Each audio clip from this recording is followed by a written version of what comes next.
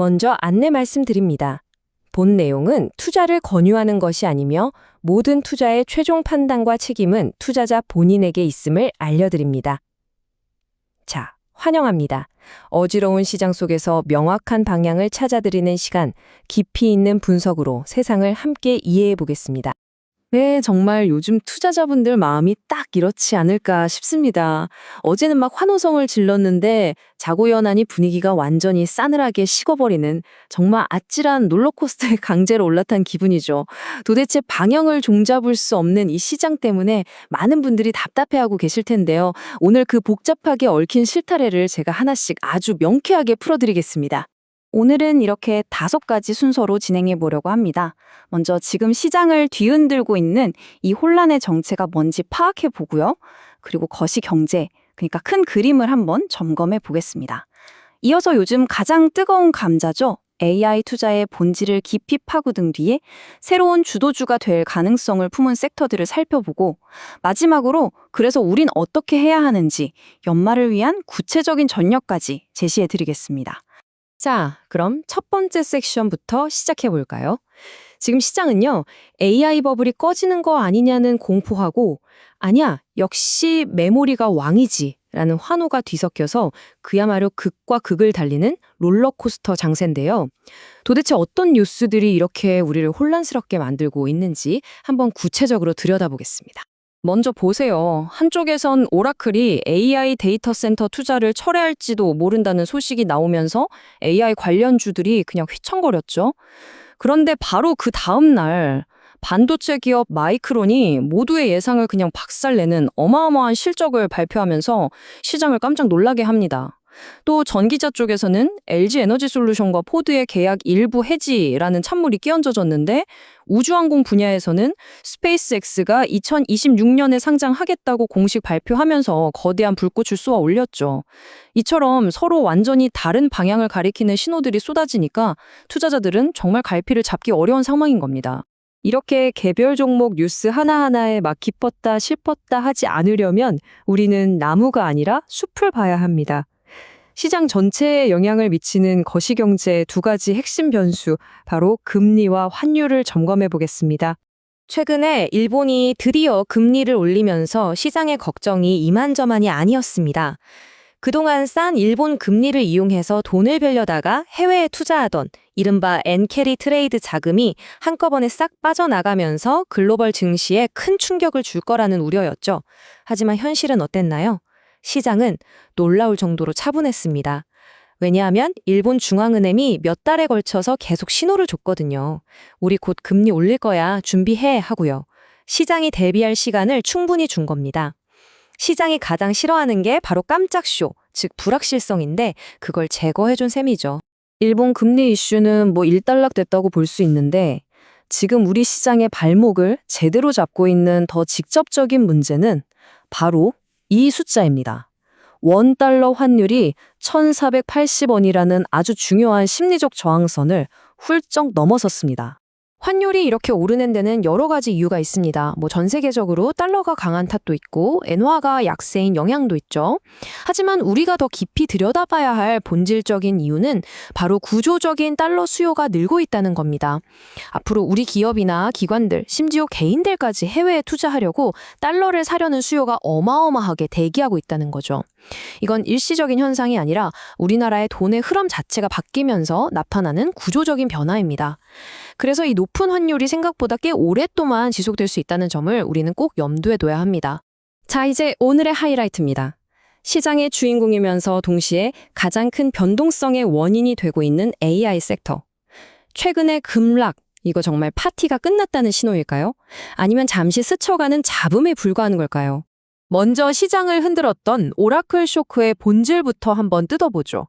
이게 AI에 대한 수요가 사라졌다는 얘기가 절대 아닙니다. AI 인프라를 어떻게 그리고 언제 지을 것인가의 문제.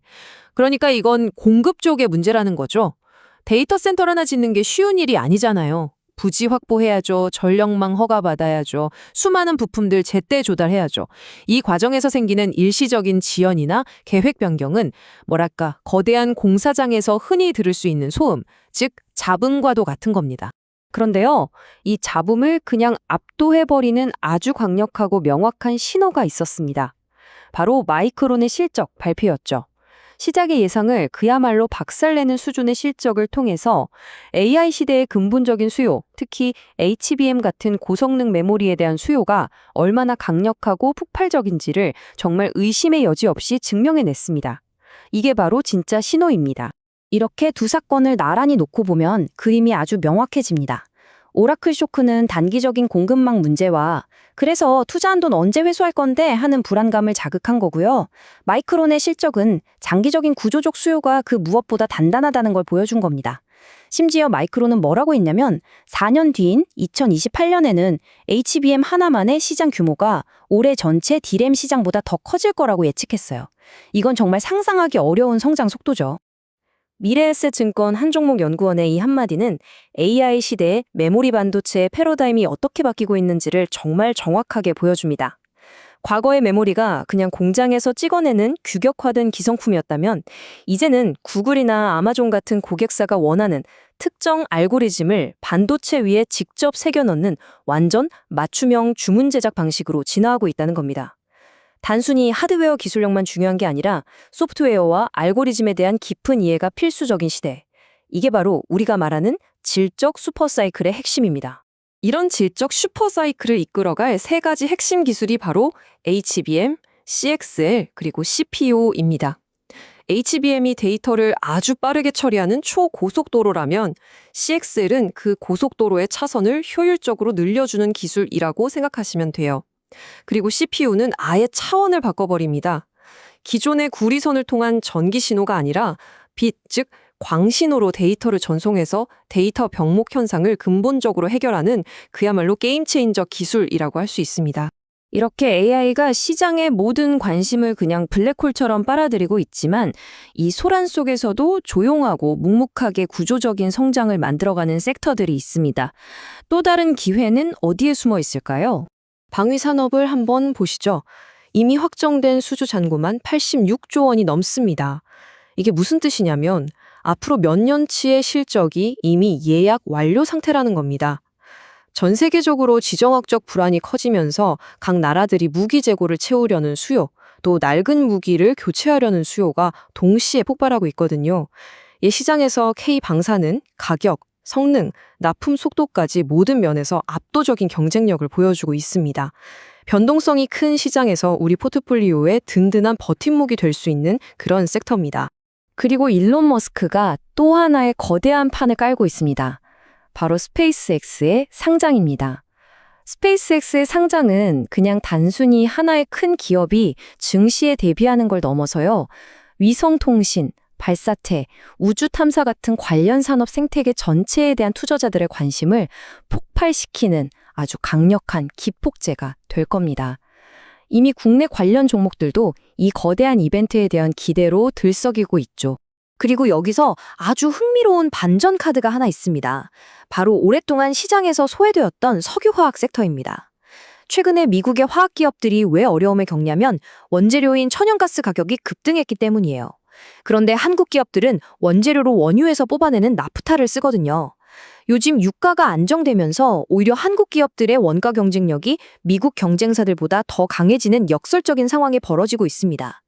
길고 긴 터널의 끝에서 아주 기분 좋은 반전을 기대해 볼 만한 대목이죠. 자, 그럼 지금까지 살펴본 이 복잡한 시장 상황을 모두 종합해서 우리는 이 연말을 어떻게 헤쳐나가야 할까요? 혼란스러운 머릿속을 깔끔하게 정리해줄 명확하고 실행 가능한 전략을 제시해드리겠습니다. 지금 이 상황을 이해하는 가장 중요한 열쇠는요, 시장의 질문이 바뀌었다는 걸 아는 겁니다. 불과 1년 전만 해도 시장은 AI가 정말 돈이 될까? 이걸 의심했어요. 하지만 이제 AI 혁명 자체를 의심하는 사람은 아무도 없죠. 지금 시장의 질문은 이겁니다. 알겠어. 그래서 그 엄청난 투자가 언제, 어떻게 현금으로 돌아오는데? 즉, 투자한 돈에 비해서 얼마나 그리고 언제 수익을 낼 수 있는지 그 ROI, 투자 자본 수익률의 시간표를 보여달라고 시장이 요구하고 있는 겁니다. 그렇다면 우리는 무엇을 계속 확인하면서 가야 할까요? 바로 이 세 가지입니다. 첫째, 빅테크 기업들의 설비 투자 지출, 즉 캐펙스입니다.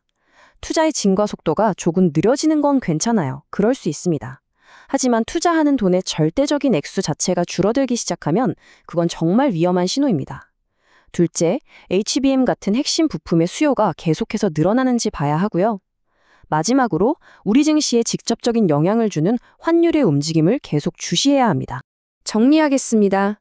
AI에 대한 폭발적인 수요는 이제 거스를 수 없는 거대한 장기 추세입니다.